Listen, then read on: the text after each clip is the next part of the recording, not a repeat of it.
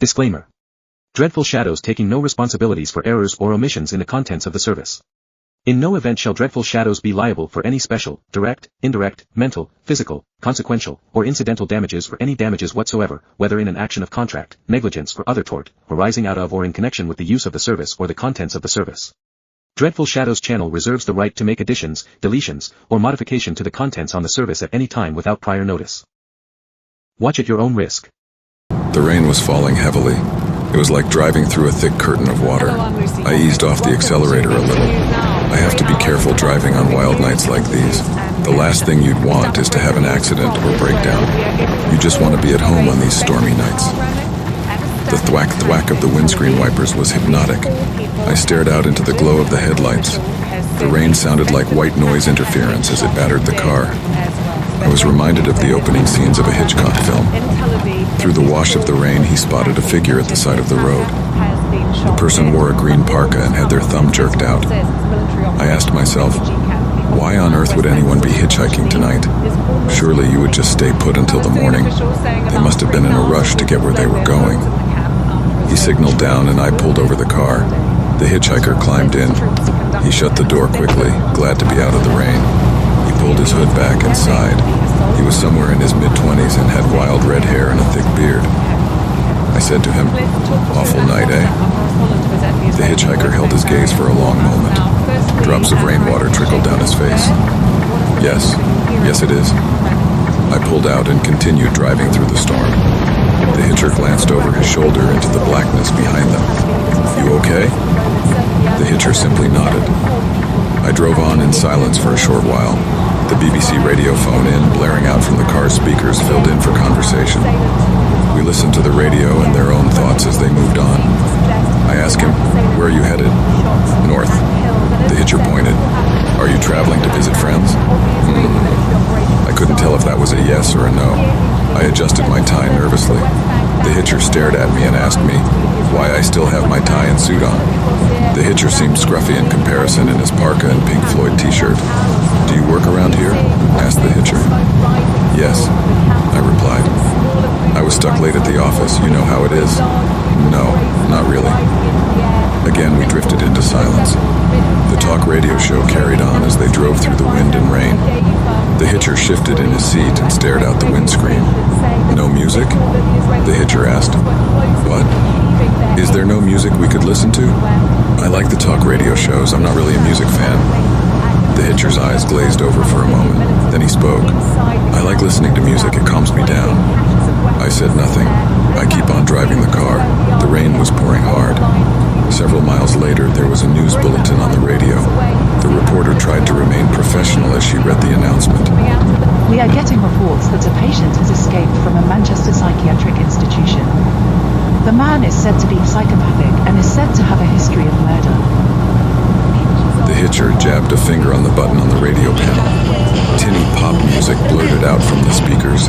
I stared at him. I didn't say anything. I hate the news, answered the hitcher. It's so depressing it brings me down. There is never any good news, is there? I did not reply. Don't worry, I'm not the killer, said the hitcher, fidgeting with his coat. I told him I know. No, of course you aren't. We drove on, listening to the crappy pop music and the overexcited radio DJs. The rain pounded on the car.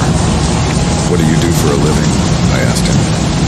The hitcher was quiet for a moment, then he grinned. I am a writer. Really? How interesting. Have you had anything published?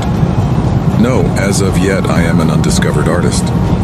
I am sure you will make it. What are you working on right now? A book. Yes. It's about a brutal serial killer. I did not speak. He flicked the radio station back to the talk show. A man was rambling on with himself about the change in days his trash bins were emptied. Where can I drop you? I asked him. The hitcher said nothing. When I glanced around, I found him had his eye closed. He was asleep, or feigning slumber. We drove on through the storm down the snaking lanes. An hour later, the storm still raged. The hitcher looked out the window. I was steering carefully in silence. Another news bulletin came on the radio. You're listening to BBC.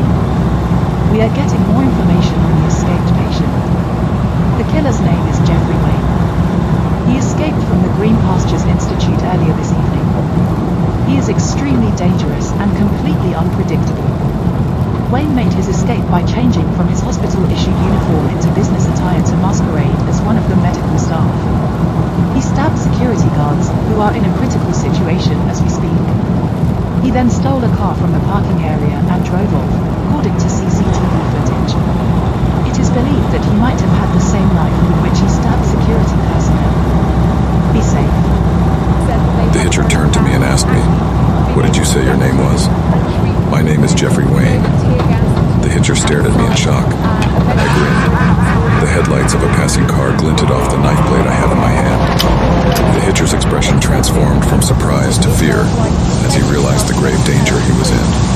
His attempts to escape were futile, as I had complete control over the situation. The hitcher's eyes darted nervously, searching for any sign of help or escape. The hitcher's breath quickened, and he glanced out into the blackness behind us, sensing the imminent danger closing in. My voice dripped with malevolence as I taunted him. "You shouldn't have trusted a stranger on a stormy night like this. Did you really think you could outsmart me?" I could see the panic in his eyes, a reflection of the terror I intended to inflict upon him. The knife in my hand gleamed ominously as I tightened my grip, ready to carry out my sinister plan. The storm intensified, battering the car as if nature itself was protesting the impending horror. His voice trembled as he pleaded, "Please let me go. I won't tell anyone. I promise." But promises meant nothing to me. I reveled in the power I held, relishing the fear and desperation in his voice. The rain continued to pour, washing away any remnants of hope or escape. As the headlights pierced through the darkness, revealing a desolate stretch of road, I slowed down and brought the car to a halt.